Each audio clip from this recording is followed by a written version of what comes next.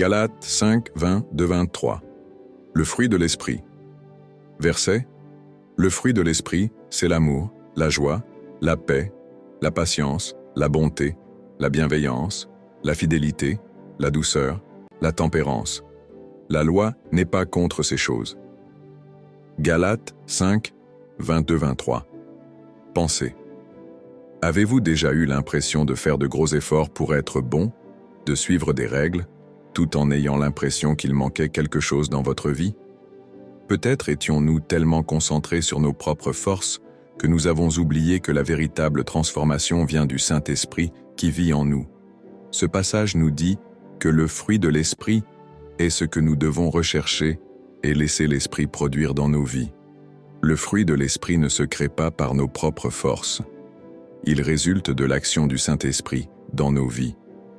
En nous abandonnant à lui, il nous transforme de l'intérieur, nous façonnant toujours davantage en qualités chrétiennes telles que l'amour, la joie, la paix, la patience, la douceur, la bienveillance, la fidélité et la maîtrise de soi.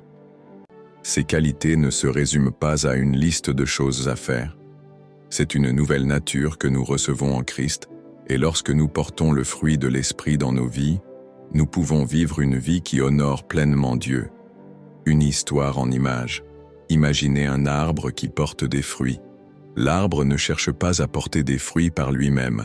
Il porte des fruits parce qu'il est naturellement conditionné à le faire et qu'il reçoit les nutriments nécessaires du sol, de l'eau et du soleil. La fructification est un signe de santé et de vigueur de l'arbre. La vie chrétienne est similaire.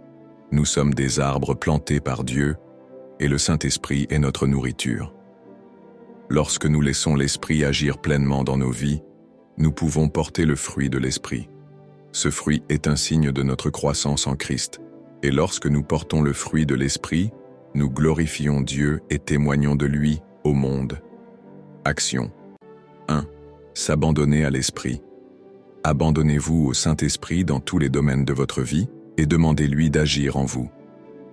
2. Le rechercher. Consacrez du temps à la prière, à la lecture de la Bible et à l'adoration pour vous rapprocher du Saint-Esprit. 3. Pratiquez. Exercez-vous à manifester le fruit de l'Esprit dans votre vie quotidienne, que ce soit l'amour, la patience ou la maîtrise de soi. Prière. Cher Dieu du Saint-Esprit, merci pour ton Esprit qui vit en moi. Aide-moi à m'abandonner à toi et puisses-tu produire le fruit de l'Esprit dans ma vie.